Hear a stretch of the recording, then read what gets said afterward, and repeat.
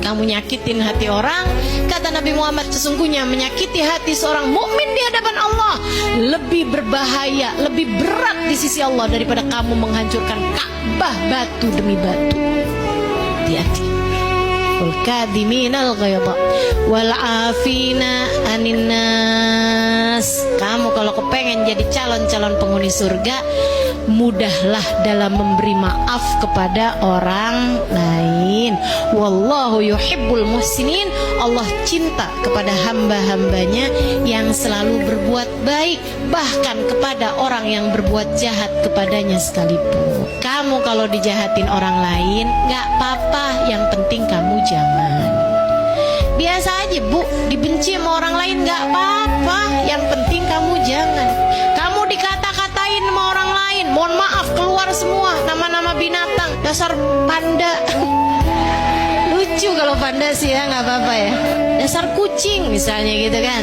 Sehingga sekalian saya muliakan, misalnya gitu dia ya gitulah ya, menyebutkan nama binatang yang hukumnya najis mughalladhah misalnya gitu. Orang lain berbuat itu kepadamu nggak apa-apa, yang penting kamu jangan. Kenapa gitu? Karena teman-teman saudara sekalian, kita dalam hidup tuh udah pasti ada yang benci kita tuh udah pasti, ada yang ngomong, ada yang nggak enak sama kita tuh udah pasti. Semua orang emang pasti ngalamin itu kok. Udah pasti. Nabi Muhammad digituin, padahal Nabi Muhammad manusia yang sempurna. Sayyidina Abu Bakar digituin, padahal siapa yang lebih baik sudah Nabi Muhammad daripada Sayyidina Abu Bakar.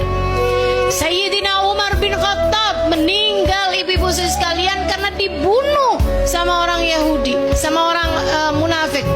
Sayyidina Uthman bin Affan bersimbah darah ketika beliau sedang membaca Al-Quran, hingga darahnya menetes kepada ayat-ayat Quran yang sedang dia tulis saat itu, membuat beliau tewas. Semua orang-orang mukmin, orang-orang muslim, orang-orang yang nilainya tinggi di sisi Allah mendapatkan perilaku-perilaku tidak enak dari orang lain.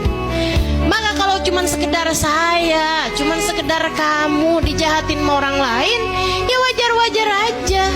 Jadi bilangin sama diri sendiri, gak apa-apa ya digituin, yang penting kita jangan gitu.